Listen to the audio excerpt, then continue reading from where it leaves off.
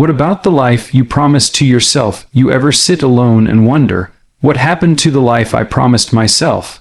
And not the life people told you to live, not the one you settled into because it was comfortable.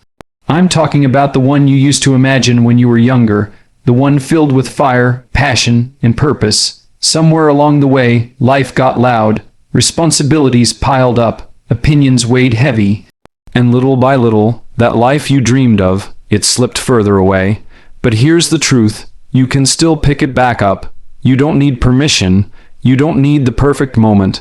What you need is courage. The courage to start. Think about it. Every single day you wake up, you're writing the story of your life. And if you're not living the life you promised yourself, then whose story are you writing? Someone else's?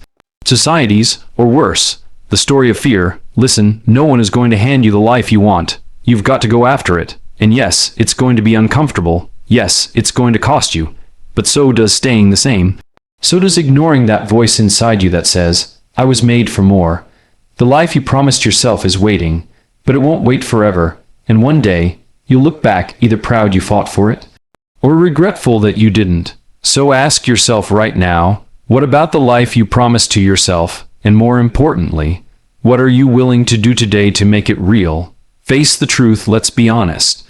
One of the hardest things to do in life is to look yourself in the mirror and tell the truth, not the truth you post online, not the truth you share with friends or family. I'm talking about the truth you carry quietly, the one you feel in your gut but try to bury with busyness. The truth that whispers at night when everything else is quiet. This isn't the life I wanted. This isn't the life I promised myself. You see, it's easy to say, I'm fine. It's easy to shrug off your dreams and say, I'll get to it later. But deep down, you know fine is a lie. Fine is the mask people wear when they've given up on better. Fine is the word you use to avoid uncomfortable conversations, but fine won't save you, and fine won't fulfill you. Facing the truth requires courage because the truth can hurt. It forces you to admit that maybe you've been playing small, maybe you've been choosing comfort over growth, maybe you've been waiting for someone else to hand you permission to chase your dreams, but the truth isn't your enemy, it's your ally. Because only when you face it can you finally change it. Think about it like this. If your GPS doesn't know your exact location, it can't take you where you want to go. The same goes for your life. If you keep lying to yourself about where you really are, you'll never get to where you want to be. The truth might sting, but it's the foundation for freedom. So ask yourself, am I truly happy with the way I'm living, or am I settling? Am I living with passion and purpose, or am I simply surviving day to day, waiting for weekends to feel alive? These questions matter because the life you promised yourself is not built on illusions. It's built on honesty, and here's the thing, facing the truth doesn't mean beating yourself up. It doesn't mean shaming yourself for past mistakes. It simply means admitting where you are so you can choose where to go next. The past cannot be rewritten, but your future is still unwritten, and the pen is in your hand. The truth might sound like, I've been lazy, or I've been afraid, or I've been putting everyone else's needs ahead of my own dreams. And yes, saying those words might hurt, but those words are not the end. They are the beginning, because once you say them, you take away their power to control you in silence.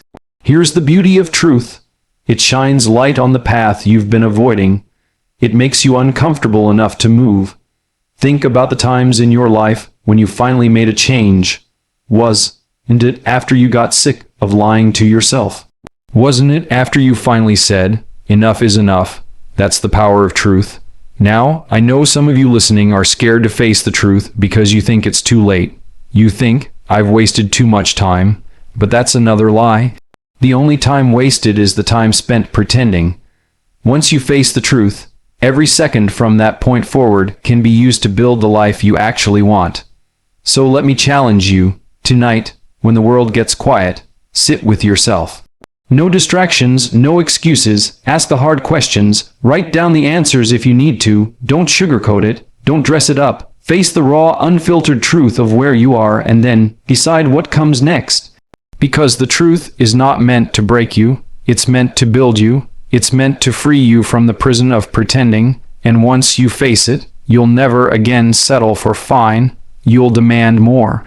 You'll chase more. You'll become more. The life you promised yourself is still out there, but the doorway to it is honesty, and it all starts with one brave decision: to stop lying to yourself and finally face the truth. Cut the noise. The world is loud. Everywhere you turn, somebody has an opinion about your life. What you should do, where you should go, who you should be. And if you're not careful, all that noise will drown out the one voice that matters most, your own. Think about it. From the moment you wake up, you're bombarded. Social media tells you what success looks like. Friends and family tell you what's practical. Strangers online tell you what's possible. And in the middle of all that chatter, your dream gets quieter, your vision gets blurry. You start to wonder if maybe they're right. Maybe you're reaching too high, wanting too much, or moving too slow. But let me tell you something. Most of the limits in your life didn't come from reality. They came from noise. They came from someone else's fear dressed up as advice. They came from people who settled, trying to convince you to do the same. Noise can be subtle too. It's not always loud criticism. Sometimes it's comparison. You see someone your age doing more, having more, living more, and you start to believe you're behind. That's noise. Sometimes it's cultural expectations, the unspoken rules about what success should look like. That's noise. Sometimes it's your own past replaying in your head, reminding you of the times you failed. That's noise too. If you don't cut the noise, it will cut your future. Because you can't chase your dream if you're weighed down by 1,000 competing voices. You can't hear your calling if you're always tuned into everyone else's channel. So, how do you cut it? First, you've got to recognize it. Notice the voices you're letting in. Ask yourself, does this advice align with the life I promised myself, or does it pull me further away? If the answer is no, cut it. Not every opinion deserves a seat at the table of your life. Second, protect your focus. That might mean limiting time on social media. It might mean distancing yourself from negative people. It might even mean saying no to people you love, not because you don't care about them, but because you care about your purpose. Third, replace the noise with clarity. Take time every day to listen to yourself, journal, meditate, pray. Whatever helps you connect to your own vision, because your inner voice is like a muscle. The more you use it, the stronger it gets. And when your own voice grows louder, the noise around you grows weaker. Here's the truth. The people telling you you can't are often the ones who didn't. The ones telling you to play it safe are the ones who never took the leap. If you let their noise guide your choices, you'll end up living their life instead of yours. And I'll tell you something that might sting. Sometimes the loudest noise isn't out there. It's in here. It's the inner critic that tells you you're not enough, you're not ready, you'll never make it. That voice is powerful, but it's not the truth. It's fear disguised as logic, and the only way to silence it is through action. Every time you take a step toward your dream, you turn down the volume of that inner noise. Remember this: silence is a decision. You don't owe the world access to your mind 24/7. You don't have to listen to every opinion. You don't have to explain your vision to people who will never understand it. Sometimes the most powerful move you can make is to step back, tune out, and focus in. So cut the noise, cut the comparisons, cut the opinions that shrink your dreams instead of expanding them. Cut the doubts, the fears, the endless scrolling that leaves you feeling smaller than you really are. Because once the noise fades, you'll hear it. The steady, clear voice inside that says, "This is the way. This is the life I promised myself." And when you follow that voice, you'll stop living to please the world, and you'll start living to fulfill your purpose. Small wins matter when you think about the life you promised yourself. It can feel overwhelming. The dream seems so far away, the gap so wide, the mountain so high, and that's where most people quit because they believe they have to leap the whole distance in one move. But the truth is, you don't need a giant leap. You just need small wins. Think about it. Success is rarely about massive, once-in-a-lifetime breakthroughs. It's about tiny, daily choices that stack up over time. The person who loses 50 pounds didn't do it in a day. They did it one healthy meal, one workout, one decision at a time. The entrepreneur who built a thriving business didn't start with millions of dollars. They started with one idea, one client, one step. The writer who publishes a book didn't sit down and write 300 pages in one sitting. They wrote a page, then another, then another. Here's the trap. We underestimate the power of small wins because they don't feel dramatic. They don't give us that rush of instant gratification, but small wins are what create momentum, and momentum is what carries you when motivation fades. Imagine a snowball rolling down a hill. At first, it's tiny. It barely moves, but with each roll it picks up more snow, more weight, more speed. That's what small wins do. They build, they compound, they transform your future one step at a time. The problem is, most of us are addicted to quick results. We want the six-pack without the workouts, the wealth without the years of discipline, the dream without the grind, and when it doesn't happen overnight, we quit. But quitting guarantees failure. Small wins guarantee progress.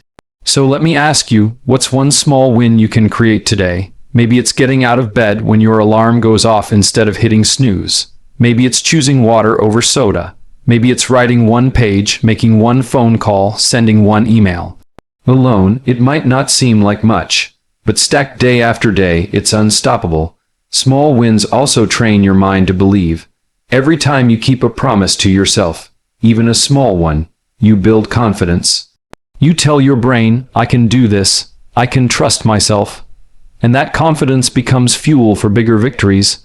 On the other hand, every time you break those promises, you reinforce doubt. You teach yourself not to believe your own words. That's why small wins matter.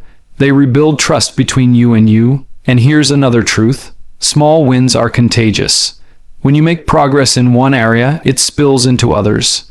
You start eating better, and suddenly you have more energy for your work. You commit to daily exercise, and suddenly you're sleeping better, thinking clearer, showing up with more focus. One small win can shift the trajectory of your entire life. But listen carefully. This doesn't mean it's easy. Small doesn't mean effortless.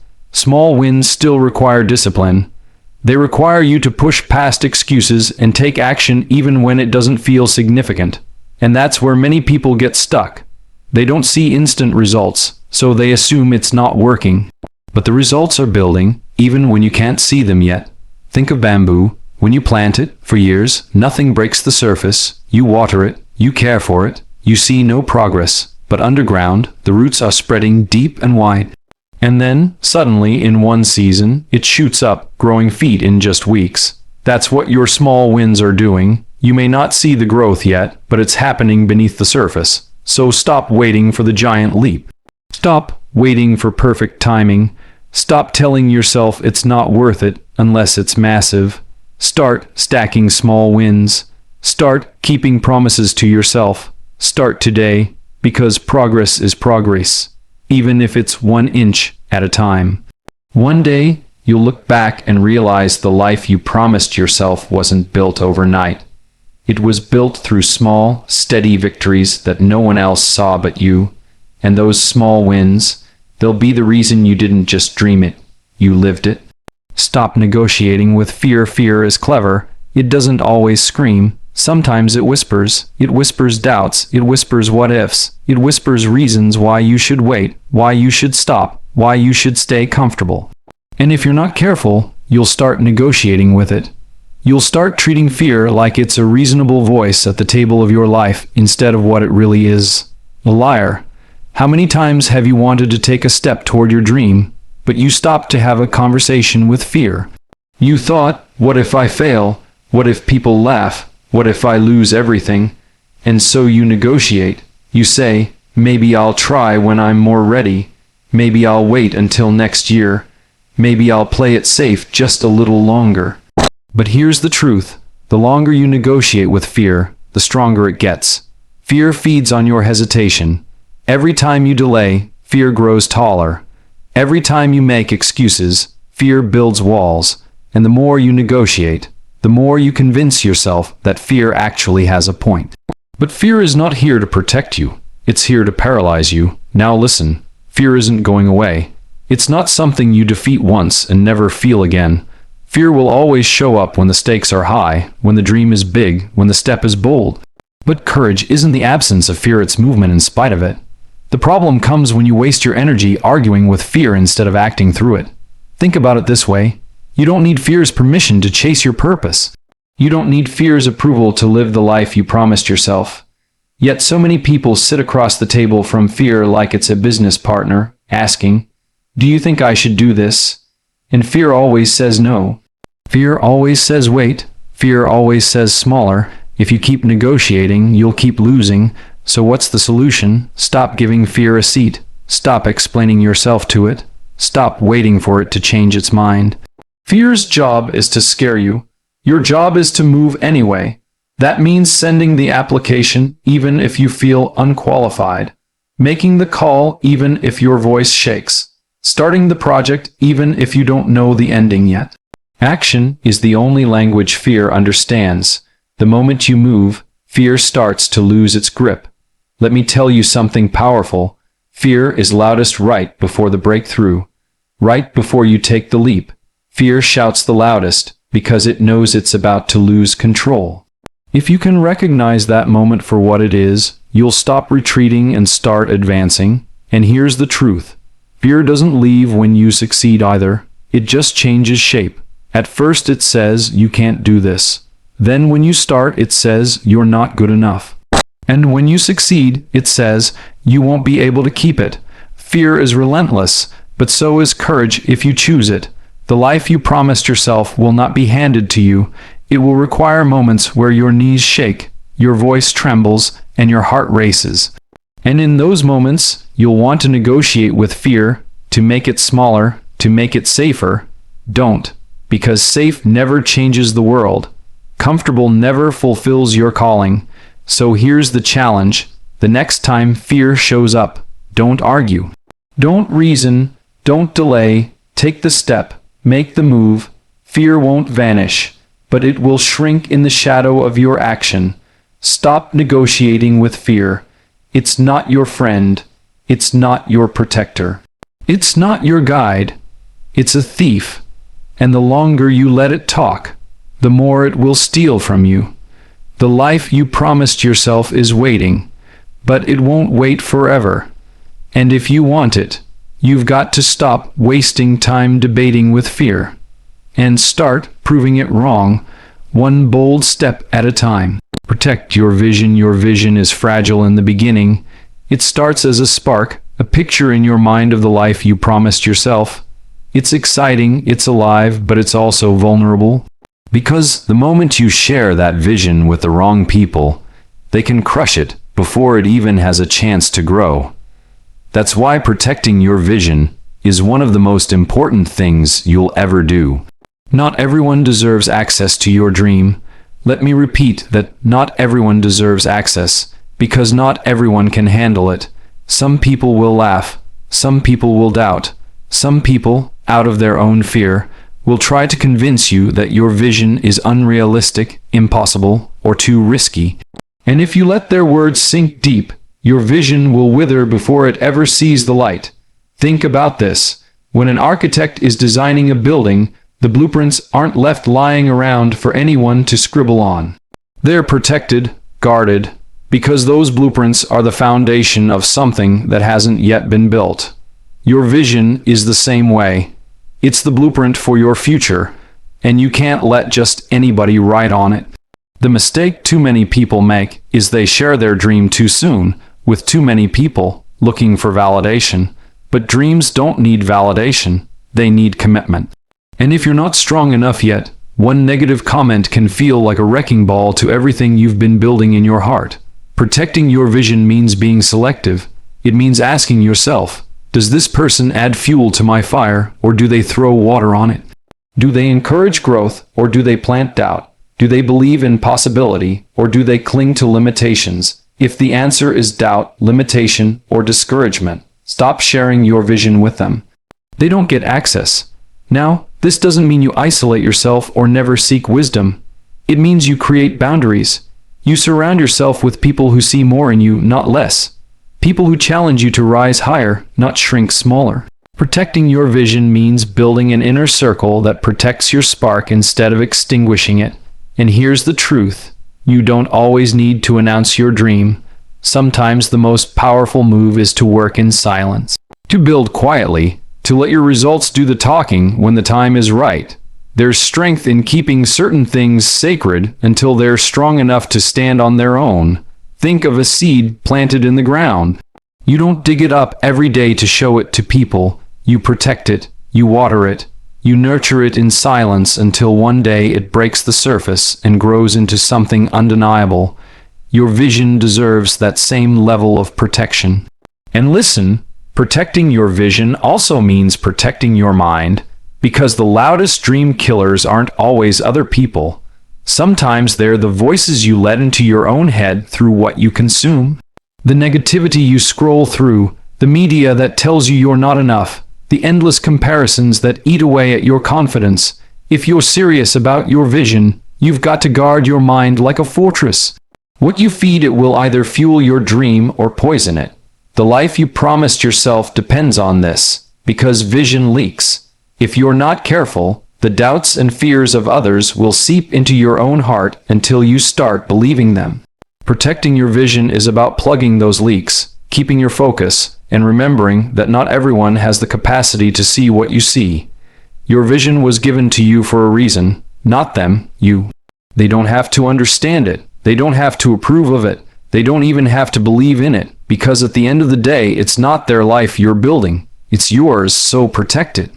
Guard it, treat it like the treasure it is, share it wisely, feed it daily, and surround yourself with people and environments that make it stronger, not weaker, because the vision you protect today will become the reality you live tomorrow. And the life you promised yourself will only come alive if you first learn how to protect the dream before it's fully grown. So here we are. You've faced the truth. You've cut the noise. You've learned the power of small wins. You've stopped negotiating with fear. You've chosen to protect your vision. You've realized that discipline will carry you farther than motivation ever could. You've seen that your story can be rewritten.